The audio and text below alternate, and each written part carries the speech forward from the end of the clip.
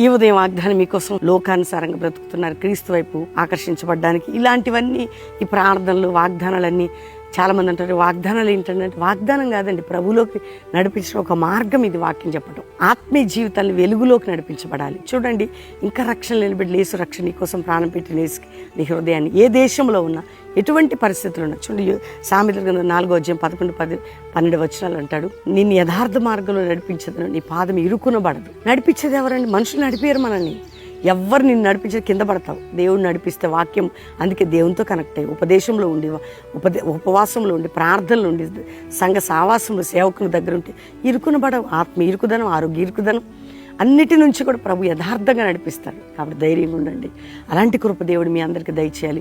మీరు కూడా ప్రభు మాట నమ్మి ఆయన మార్గంలో నడవండి, ఆయన దగ్గరగా ఉండండి. ప్రార్థన చేసుకుందాం. తండ్రి, రక్షణ లేని రక్షణ, రోగులకు స్వస్థత, వ్యాధి బాధ చింత నిందల నుంచి విడిపించి, తప్పిపోయే మార్గం నుంచి విడిపించి, వారు ఏం కోల్పోయినా తిరిగి ఇచ్చి, మ్యారేజ్ డే బర్త్డే బిడ్డలు బ్లెస్ చేస్తూ కోర్టు కేసు నుంచి విడిపించి, అన్యాయం అక్రమ మోసాల నుంచి విడిపించి, వారి డబ్బు ఎక్కడ చిక్కబడిన తిరిగి వచ్చుటకు, వారి ప్రాపర్టీ మ్యాటర్స్లో విజయం, వారి ల్యాండ్ విషయాల్లో విజయం, అందరి పట్ల విజయాన్ని ఇచ్చి అందరినీ కాపాడి రక్షించి తోడై ఉండమని యేసు నామములో అడుగుచున్నాం తండ్రి, ఆమేన్. మా కొరకు ప్రేర్ చేయండి, మీ కొరకు ప్రేర్ చేస్తాం. డిసెంబర్ 8, 9, 10, 11 4 రోజులు మిర్యాలగూడలో ఉజ్జీవ సభలు, తెలంగాణ మిర్యాలగూడ ప్రార్థన చేయండి. God bless you.